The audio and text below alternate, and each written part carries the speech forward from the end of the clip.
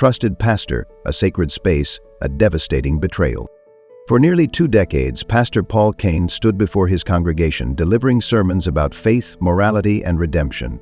But while the church doors were open to all, some secrets were locked away, hidden in the shadows, protected by silence. In 2018, a 13-year-old girl walked into his church seeking guidance. What she found instead was a nightmare that would alter her life forever.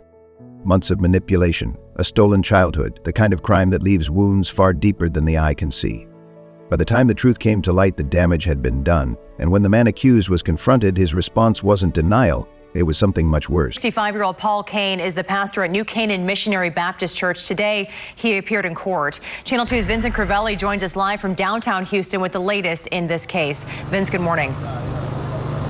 Good morning. 65-year-old pastor Paul Cain appeared before a judge shackled and disheveled in a jumpsuit. The judge says if convicted, his range of punishment is more severe than murder. 65-year-old pastor Paul Cain made his way into the courtroom this morning with his hands behind his back in cuffs. He's charged with 2 felonies. The first, continuous sexual abuse of a child. The second, sexual assault of a child. These are the most serious, most severe crimes that we see. Victims are always vulnerable, and it's always our top priority to make sure our children and the people of Harris County are protected. The charge is stemming from allegations he had several sexual encounters with a 13-year-old girl starting in 2018. Cain has been the pastor of the New Canaan Missionary Baptist Church for nearly 2 decades. His bond was set at $200,000. His defense attorney asked for a lower bond, but the judge denied that request, citing Cain could be a flight risk because, if convicted, he could face a minimum of 25 years behind bars. And Cain denies the allegations. His next court date has not been set, and authorities say they're investigating the possibility there could be more victims out there. Reporting live downtown, Vincent Crivelli, KPRC, Channel 2 News. Support us by subscribing to this channel. Hit the notification bell icon so you won't miss our latest videos. How did a man of faith become the subject of an investigation so disturbing that even seasoned prosecutors were shaken? How many more victims are out there, still unheard? Stay with me, because by the end of this story, you'll see why silence is the predator's greatest weapon. In communities built on faith, trust isn't just given, it's expected. A pastor is more than just a religious figure. He's a moral compass, a voice of wisdom, a protector of the vulnerable.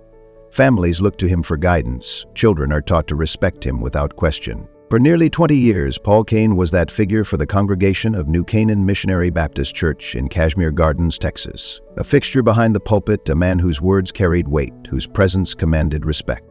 But what happens when the very person entrusted to safeguard innocence is the one who violates it? The accusations against Paul Cain weren't whispered rumors or vague suspicions. They were grave, disturbing, relentless. The kind of allegations that shake communities to their core, forcing people to ask, how could this happen right in front of us? It all started in the summer of 2018, a 13-year-old girl looking up to her pastor, unaware that the man she admired saw her as something else entirely. At first, it may have seemed harmless. A few extra minutes after service, a conversation held a little longer than necessary, words meant to comfort but carefully crafted to control. Then the messages started. Authorities would later uncover screenshots of explicit conversations between Cain and the girl. A pastor texting a child, sending images no man should ever send, saying things no child should ever hear. And then it escalated. Cain wasn't just a man of God, he was a man of routine. He knew when the church was empty, he knew which places wouldn't raise suspicion, he knew how to keep a secret. In August 2018, the girl's world changed forever. Cain took her to his home, a place she should have been safe, and the abuse began. Then in October, he picked her up in his truck and drove to a Kroger parking lot. Not to pray, not to talk, but to take something from her that could never be returned. This wasn't a single event. It wasn't a one-time lapse in judgment. It was calculated, repeated. By December, when she was only 14, the abuse escalated yet again, this time in his truck near Willowbrook Mall, a public space surrounded by people, yet no one knew. How does a man who stands before hundreds of worshipers on Sunday commit such acts in silence? How many times had he looked into the eyes of his congregation while harboring a secret so vile? When authorities finally confronted Cain, his response wasn't remorse, it wasn't even denial. It was blame. When you're dealing with that person, Cain allegedly told investigators, "It's harmless, man. She initiates most of that kind of stuff." Those words, "she initiates it." A 13-year-old child, a girl looking for guidance, a girl conditioned to trust him. And yet, Cain attempted to twist the narrative, to make himself the victim. But the evidence said otherwise. The screenshots, the meetings, the calculated way he ensured they were alone. By the time the accusations reached law enforcement, Cain was out of time. His carefully crafted life, the reputation, the trust, the unwavering respect of his congregation, was about to collapse. But Cain wasn't the only one under scrutiny. Because when a predator is exposed, another question always follows. Who else knew? Who else saw the signs and stayed silent? When law enforcement first received the complaint, they knew this wasn't just another accusation. This was a pastor, a man deeply embedded in his community, a man families had trusted with their children for nearly 2 decades. But trust is a fragile thing, and sometimes it's misplaced. The investigation started with the victim's statement. A harrowing account of months of abuse, a story no child should ever have to tell. She spoke about the late-night messages, the secret meetings, the nights spent in his home, the moments stolen in his truck. But an accusation alone isn't always enough. Paul Cain thought he was being careful. He wasn't. Investigators combed through his social media, his messages, his devices, and then they found them. Screenshots, dozens of them. Explicit Instagram conversations between Cain and the girl. Conversations that crossed every imaginable boundary. Conversations that didn't just suggest something inappropriate, they confirmed it. And then there were the images. Undeniable, explicit, indefensible. For any lingering doubt, for any potential defense, this was the point of no return. But the most disturbing discovery wasn't just the messages. It was the manipulation behind them. Cain's words weren't those of a man who had made a mistake. They were the words of a man who knew exactly what he was doing. There was no remorse, no hesitation. And when investigators confronted him with what they found, his response was chilling. When someone is caught in a crime this severe, there are usually 2 ways they respond. They deny everything, or they break. Paul Cain did neither. Instead, he shifted the blame. According to court records, when pressed about the explicit messages, he admitted to them. But then he said something investigators couldn't believe. She initiates most of that kind of stuff. A 13-year-old child. Cain wasn't claiming innocence, he was justifying it. To him, the messages weren't predatory, they were. A man in his 60s, a leader of faith, was sitting across from authorities trying to place the responsibility on a child. But words weren't enough to escape what was coming next. As investigators pushed forward, the scope of Cain's crimes became clearer.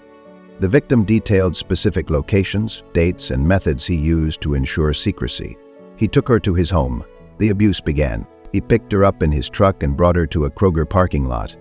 Her performance on January 10, 2018, he forced her into further abuse in his truck near Willowbrook Mall. 3 different months, 3 different locations, the same horrifying pattern. This wasn't a single moment of weakness. This was calculated, controlled, intentional. And as the pieces of the investigation came together, it became clear Paul Cain had been living a double life. When news of Cain's arrest broke, the reaction was immediate. For some, it was denial. This must be a misunderstanding. There's no way he would do this. He's lying.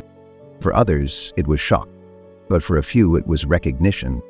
Because now, people were starting to remember things. The way he spent extra time with certain young girls. The way he always seemed to find a reason to be alone with them.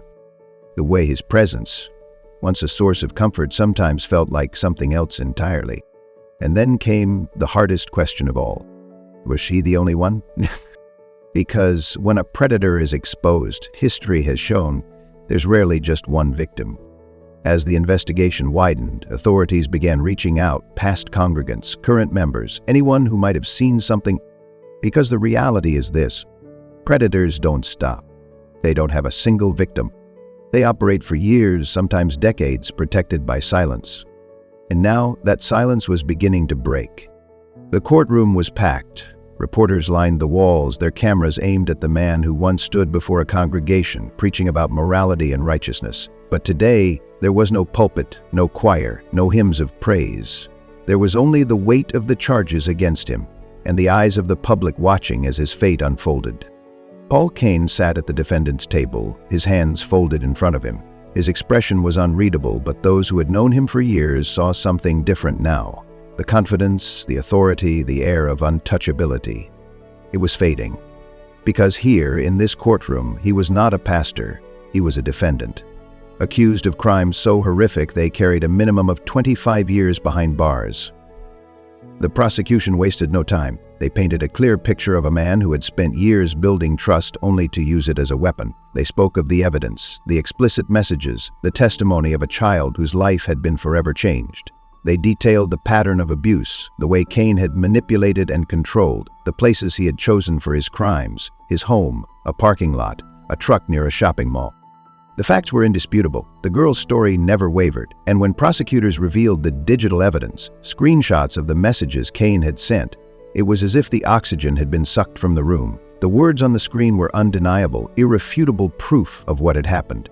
And yet, when it was time for the defense to speak, they had a strategy. They didn't deny the messages. They couldn't. Instead, they tried to shift the blame. They pointed to Cain's years of service, his reputation in the community. They implied that the girl had misunderstood his intentions, that she had been confused, that she had somehow played a role in what had happened. It was a desperate tactic and one that did not sit well with the prosecution. The lead prosecutor, James Murphy, did not hold back. He looked directly at the jury, his voice steady, controlled, but full of conviction. "These are the most serious, most severe crimes that we see," he said. "Victims are always vulnerable." And then he turned to Cain, his words cutting through the silence. This man did not make a mistake. He made choices, he made decisions. He used his power, his position, and his influence to take advantage of a child. And then, when confronted with what he had done, he blamed her. The tension in the room was suffocating. Then came the moment everyone had been waiting for. The prosecution played a recording, a portion of Cain's interview with investigators. The room listened as Cain's own voice filled the courtroom. "Well, when you're dealing with that person, it's harmless, ma'am. She initiates most of that kind of stuff." There was a pause, a moment where no one spoke, where the weight of those words hung in the air. The defense shifted uncomfortably. The jury members exchanged glances. Because in those few sentences, Cain had done something no lawyer could undo. He had revealed who he truly was. A grown man blaming a child, a predator justifying his actions. The courtroom had heard enough. As the trial progressed, it became clear that there was no path forward for Cain that did not lead to a conviction. The evidence was overwhelming. The girl's testimony was heartbreaking in its honesty. The prosecution had built an airtight case, but there was still one question left unanswered. Were there other victims? The investigators had asked Cain directly. He had refused to answer, and that silence said more than any words ever could. Because predators don't stop. If he had done this once, if he had done this to one child, how many more had suffered in silence? How many others had been too afraid to speak? The verdict was approaching. The courtroom waited. The tension grew. And then, finally, the judge called for order. The jury had reached a decision. What would happen next would determine the fate of Paul Cain. But beyond that, it would send a message about justice, about accountability, and about the voices of survivors who refused to be silenced. It is important to note that the law doesn't move on accusations alone. It moves on evidence, on witness testimony, on facts that cannot be denied. And Paul Cain, he wasn't ready to go down without a fight. When he was first arrested, he sat in silence as investigators laid out the allegations. A 13-year-old girl, months of abuse, a pattern of grooming. He heard it all, and then, when asked to respond, he did something few could believe. He didn't deny the messages, he didn't deny the meetings. But what he did say was even more disturbing. She initiates most of that kind of stuff. A grown man shifting blame onto a child. It was a response investigators had heard before, not just from Cain, but from countless predators who believed that their victims were too small, too powerless, too afraid to be heard. But this time, there was evidence that could not be ignored. The district attorney's office moved swiftly. The evidence against Cain was extensive, damning, and airtight. Screenshots of explicit Instagram messages between Cain and the victim, a digital footprint of conversations that proved not only the abuse but the manipulation behind it. Statements from the victim detailing the places where the abuse occurred, his home, his truck, a parking lot in broad daylight. The prosecution was relentless. These are the most serious, most severe crimes that we see, Assistant District Attorney James Murphy stated. Victims are always vulnerable. Murphy wasn't just prosecuting Cain, he was sending a message that power and status do not place anyone above the law. Cain's defense team, on the other hand, had little to work with. They could not deny the evidence. They could not erase the screenshots, the testimony, the weight of the case built against him. So, instead, they played a different hand. They argued that Cain was a respected pastor, a man of faith who had spent years serving his community. They didn't deny that the conversations had taken place. Instead, they tried to twist the narrative, painting the victim as a confused teenager who had misinterpreted Cain's actions. They suggested that he had simply been offering guidance, that his words had been taken out of context. But the problem with this argument? The messages were explicit, the actions were deliberate.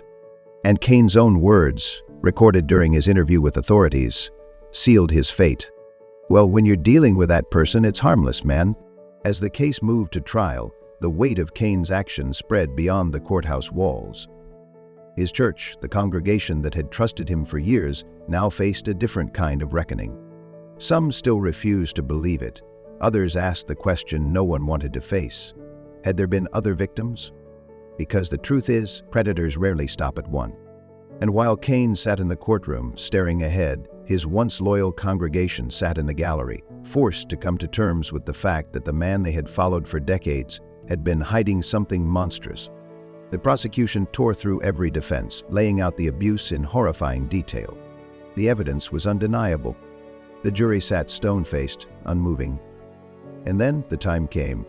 The judge called for order. The courtroom braced itself, because Paul Cain was about to hear his fate. The gavel had not yet fallen. The courtroom sat in silence, waiting for the verdict. But in that moment, before the final judgment, before the sentence was announced, one truth had already been made clear. Paul Cain was not the only one on trial. This case wasn't just about one pastor and one victim. It was about something much bigger. It was about why victims hesitate to come forward, why for so long this young girl had carried this secret alone. And as the world waited for the jury's decision, there was a question that lingered in the minds of many. How many others had stories they never told? Sexual assault thrives in silence, not just the silence of victims, but the silence of communities, of institutions, of the people who see the signs and look away. For the young girl at the center of this case, silence was never her choice. It was fear. Fear of not being believed. Fear of what would happen if she spoke up. Fear of the consequences, not just for herself, but for her family, for her church, for everything she had ever known. For months she had carried this burden alone, wanting to speak but not knowing if she could. Because when your abuser is a pastor, a respected leader, a trusted figure, who will take your side? She wasn't just battling her trauma, she was battling an entire system designed to protect men like him. And that's what makes breaking the silence the hardest and bravest thing a survivor can do. For so many survivors, the fear is not just about speaking up. It's about what happens after. Will I be blamed? Will people believe me? Will my life be destroyed while my abuser walks free? Because too often victims are the ones put on trial. They are questioned, scrutinized, doubted. What were you wearing? Why didn't you fight back? Why didn't you say something sooner? Paul Cain's victim was only 13 years old. And yet, even with all the evidence, even with the explicit messages, even with his own words confirming what he had done, there were still people who doubted her. That's the reality of sexual assault cases. Victims are not just expected to tell their stories, they are expected to prove their innocence. It wasn't easy, it never is, but eventually she knew she couldn't keep the secret any longer. She went to authorities. She told them everything, every message, every encounter, every moment she had tried to forget. And then everything changed. Because the moment she broke her silence, the power shifted. For the first time since the abuse began, Paul Cain was no longer in control. For the first time, he was the one being questioned. For the first time, he had to answer for what he had done. And that is why every survivor's voice matters. Because when one person speaks, it gives others the courage to do the same. But make no mistake, coming forward is not the end of the battle. It is only the beginning. For this girl, speaking out meant reliving her trauma over and over again. It meant sitting in a courtroom, listening as a man who had stolen her innocence tried to place the blame on her. It meant watching people she once trusted defend him. It meant knowing that no matter what happened, she could never go back to the life she had before. And yet she did it anyway, because she knew that if she stayed silent, he would do it again. And maybe, just maybe, if she spoke up, she could stop him. Every survivor who speaks out is not just telling their story. They are taking back their power. They are breaking the cycle of silence that allows predators to thrive. And they are sending a message to every other survivor still trapped in fear. You are not alone. Your voice matters. And the world is listening. The trial had ended. The verdict was in. Paul Cain was convicted. For many watching, this was the moment they had been waiting for. Justice served, case closed. But for the survivor at the center of this case, the reality was much different. Because justice does not erase trauma. A courtroom can convict a predator, but it cannot take away the memories, the nightmares, the scars left behind. Because for victims of sexual assault, the abuse doesn't end when the predator is locked away. It lingers, it follows them, it reshapes the way they see the world. And long after the headlines fade, they are the ones left to pick up the pieces. Physical wounds heal, bruises fade, but the damage done to the mind, to the soul, that can last a lifetime. The impact of sexual assault goes far beyond the act itself. It rewires the brain. It changes how a survivor experiences safety, trust, even love. And then there's the silence. The things they can't say, even after the abuse is exposed. The pain they carry in moments no one sees. The nights spent awake, replaying everything, wondering if speaking out was worth it.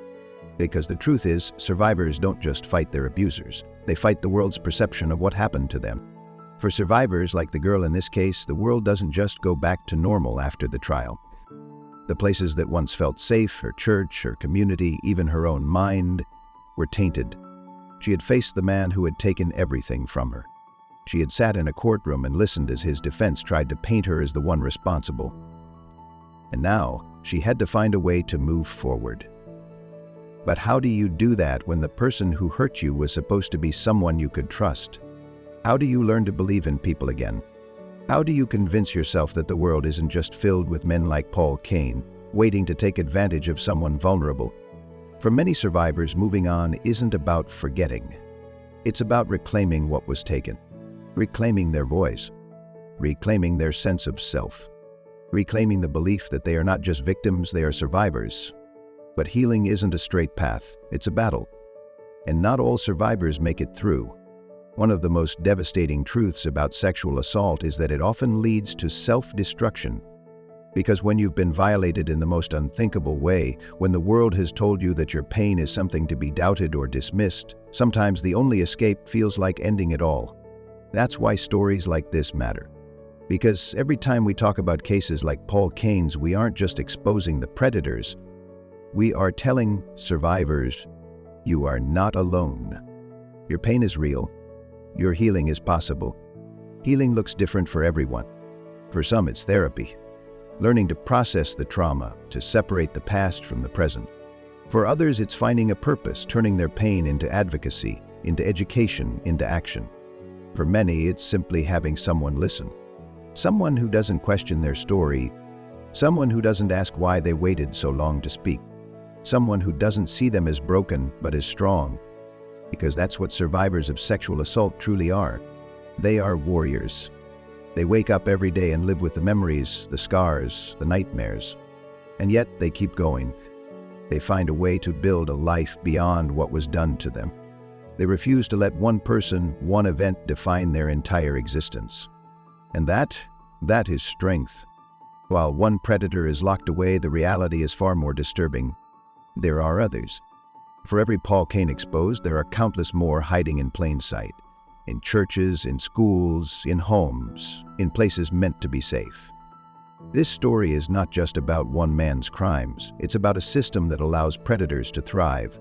A system that silences victims. A system that protects abusers instead of the abused. A system that makes survivors fight for their truth to be believed. And until that changes, this fight is far from over. The young girl who came forward in this case showed unimaginable courage. She did what so many are too afraid to do. She broke the silence. And because of that, she took power away from her abuser. She made sure that he could never hurt another child again. But how many others are still living in silence? How many are too afraid to come forward because they fear being blamed, doubted, or ignored? How many predators walk free because people choose not to see what is happening right in front of them? This is why we cannot stop talking about cases like this. This is why we cannot allow silence to be a predator's shield. If you're watching this, you are already part of the solution. Because awareness is the first step toward change. But awareness alone is not enough. Action is needed. What can you do? Believe survivors. When someone finds the courage to speak, listen to them. Educate yourself. Learn the warning signs of grooming and abuse. Speak up. If something feels wrong, don't ignore it. Your voice could save a life. Support organizations that fight for justice. Donate, volunteer, spread awareness. Most importantly, stay informed, stay aware, stay vigilant. Because predators count on silence, let's not give it to them. This report is only one of many. There are more stories to tell, more voices to amplify, more cases that demand justice. Subscribe now so you won't miss any of True Crime series. If you believe that every survivor deserves to be heard, that every predator deserves to be exposed, that justice must be fought for, then subscribe now. Because these stories must be told. Because we refuse to let silence win. Because together we can protect the innocent, expose the guilty, and change the world. One voice at a time.